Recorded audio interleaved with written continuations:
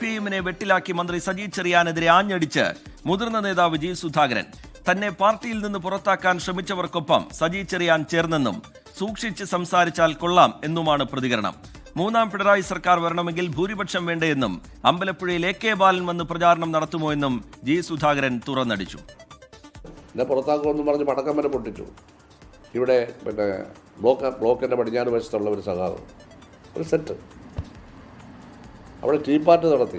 പുറത്താക്കുമെന്ന് പറഞ്ഞ് അരിപ്പാട് ഒരു ഹോട്ടലിൽ വെച്ച് വേറൊരു സഖാവ്, ഇങ്ങനെ കുറച്ച് പേർ. ഇപ്പം ഇതൊക്കെയാണ് അത് കഴിഞ്ഞു. അതിനു ശേഷം മാനദണ്ഡത്തിൻ്റെ പേരിൽ ഈ സ്ഥാനങ്ങളൊക്കെ ഒഴിഞ്ഞപ്പോൾ സാധുതയ പാർട്ടി സ്ഥാനം ഇതാണ്. സഹിച്ചറിയാനൊന്നും അറിയില്ലല്ലേ.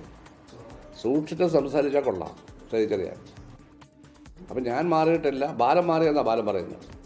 ബാലൻ മാറിക്കോ, എനിക്ക് ബാലനെ പോലെ മാറാൻ പറ്റില്ല. ബാലൻ എന്നെപ്പറ്റി ഒന്നും പറയേണ്ട കാര്യമില്ല. കാരണം ഞാൻ ഇന്നേ വരെ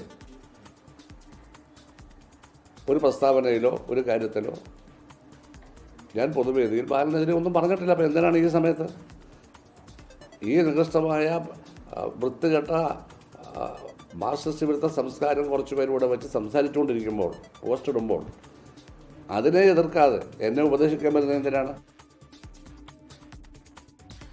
ജി സുധാകരന് മറുപടിയുമായി CPIM ആലപ്പുഴ ജില്ലാ സെക്രട്ടറി R നാസറും അമ്പലപ്പുഴ MLA H സലാമും രംഗത്തെത്തി. ജി സുധാകരൻ സാവ് KPCCയുടെ ഒരു സാംസ്കാരിക സമിതിയിൽ അദ്ദേഹം പങ്കെടുത്തു. ആ യോഗത്തിൽ അദ്ദേഹം നടത്തിയ ഒരു പ്രതികരണം നമ്മുടെ ഗവൺമെൻറ്, ഇടതുപക്ഷ ഗവൺമെൻറ്റിനെയും ദുർബലപ്പെടുത്തുന്ന രൂപത്തിൽ, മോശപ്പെടുത്തുന്ന രൂപത്തിലേക്കുള്ള പ്രതികരണമാണ് അദ്ദേഹത്തിൻ്റെ ഭാഗത്തുണ്ടായത്. ഒരു പാർട്ടി മെമ്പറായിരിക്കുന്നിടത്തോളം കാലം അങ്ങനെ ഒരു പ്രതികരണം അദ്ദേഹം നടത്താൻ പാടില്ലാത്തതാണ്. അപ്പോൾ ആ പ്രതികരണം വന്നതിന് ശേഷമാണ്, പ്രതികരണത്തെ തുടർന്നാണ് വളരെ മോശപ്പെട്ട രൂപത്തിൽ സഖാവിനെ മോശപ്പെടുത്തിക്കൊണ്ട് സഖാക്കളല്ലാത്തവരുമൊക്കെ ഫേസ്ബുക്കിലും മറ്റുമൊക്കെ ചില പ്രതികരണം നടത്തുന്നതാണ്. അദ്ദേഹം പാർട്ടിയുമായിട്ട് പൂർണ്ണമായിട്ട് ചേർന്ന് പോകണം എന്നാണ് ആഗ്രഹിക്കുന്നത് എന്നൊരു സെന്റൻസ് പറഞ്ഞു. ആ പറഞ്ഞതിനകത്ത് പിന്നെ അതിൻ്റെ പുറത്ത് അദ്ദേഹത്തെ ആക്ഷേപിച്ച് വർത്തമാനം പറഞ്ഞു പോകേണ്ട കാര്യമില്ലല്ലോ. വ്യക്തിപരമായി പോലും പരാമർശിക്കുന്ന ഒരു രൂപത്തിൽ അദ്ദേഹത്തിനെതിരായി സംസാരിക്കുകയാണ്. ശ്രീ ജി സുധാകരനെ പോലെയുള്ള മുതിർന്ന ഒരാളോട് ഞങ്ങളാരും അങ്ങനെ മറുപടി പറഞ്ഞു പോകേണ്ടതില്ല എന്ന് ഞങ്ങൾക്ക് കൃത്യമായ നിർദ്ദേശം തന്നിട്ടുണ്ട്. ഞങ്ങളെല്ലാം വളരെ ജൂനിയറായ നേതാക്കന്മാരാണ്. അദ്ദേഹത്തിന് മറുപടി പറയാൻ വേണ്ടിയുള്ള ഒരു പ്രാപ്തി ഞങ്ങൾക്കുണ്ടെന്ന് ഞങ്ങൾ വിചാരിക്കുന്നില്ല. പേര് പറയാത്തതുകൊണ്ട് ഞാൻ പ്രതികരിക്കേണ്ട കാര്യമില്ല. പക്ഷേ പേര് പറഞ്ഞില്ലെങ്കിലും നാട്ടുകാർക്ക് തോന്നും അമ്പലപ്പുഴ ജനപ്രതിയാണ് നേതൃത്വം കൊടുക്കുന്നത് എന്ന മട്ടിലാണ്.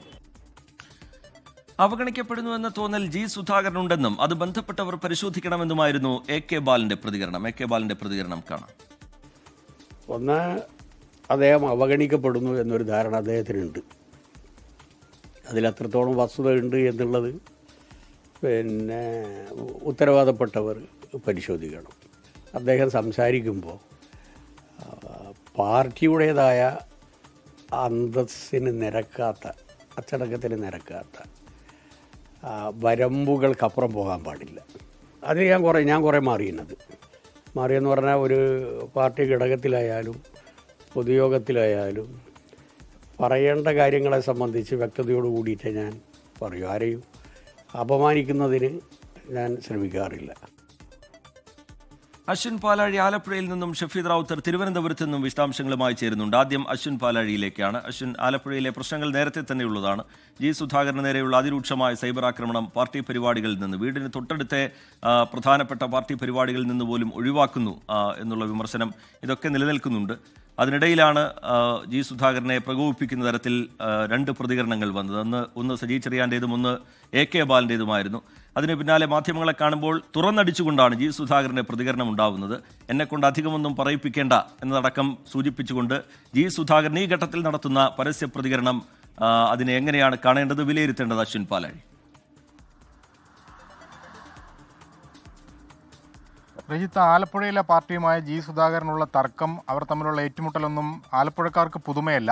അതിനപ്പുറത്തേക്ക് പാലക്കാട് വരെ AK ബാലനെ പോലുള്ള നേതാക്കളിലേക്കും സജി ചെറിയാനെ പോലെ CPM സെക്രട്ടേറിയറ്റ് അംഗം എന്നുള്ള നിലയിൽ ജില്ലയിൽ നിന്നുള്ള ആളാണെങ്കിൽ പോലും അത്തരത്തിലേക്കൊക്കെ വളരുന്നത് ഒരുപക്ഷെ വലിയ ആഘാതം പാർട്ടിക്കുണ്ടാക്കുമെന്നുള്ള കാര്യത്തിൽ സംശയമില്ല. എന്തായാലും ഇന്നുണ്ടായ വിവാദങ്ങളിൽ, ഇന്നുണ്ടായ പ്രതികരണത്തിൻ്റെ ആഴത്തിൽ പാർട്ടി വിശദമായ പരിശോധന നടത്തുന്നുണ്ട്. എങ്ങനെ ഇനി മുന്നോട്ട് പോകും എന്നുള്ളതാണ് പാർട്ടി പരിശോധിക്കുന്നത്. പ്രത്യേകിച്ച് ജി സുധാകരനെ പോലെ ഒരു മുതിർന്ന നേതാവിൽ നിന്ന് പാർട്ടിയുടെ മറ്റ് നേതാക്കൾക്കെതിരെ തന്നെ ഇത്രയും രൂക്ഷമായ ആരോപണങ്ങൾ വരുമ്പോൾ, കടന്നാക്രമണങ്ങൾ ഉണ്ടാകുമ്പോൾ അതിനെ എങ്ങനെ പ്രതിരോധിക്കണം, അതിനെ എങ്ങനെ നേരിടണം എന്നുള്ളതാണ് ഇനി പരിശോധിക്കേണ്ടത്. പാർട്ടി അതെങ്ങനെ നേരിടുമെന്നുള്ളത് ആകാംക്ഷാപൂർവ്വം രാഷ്ട്രീയ കേരളം കാത്തിരിക്കുന്നുണ്ട്.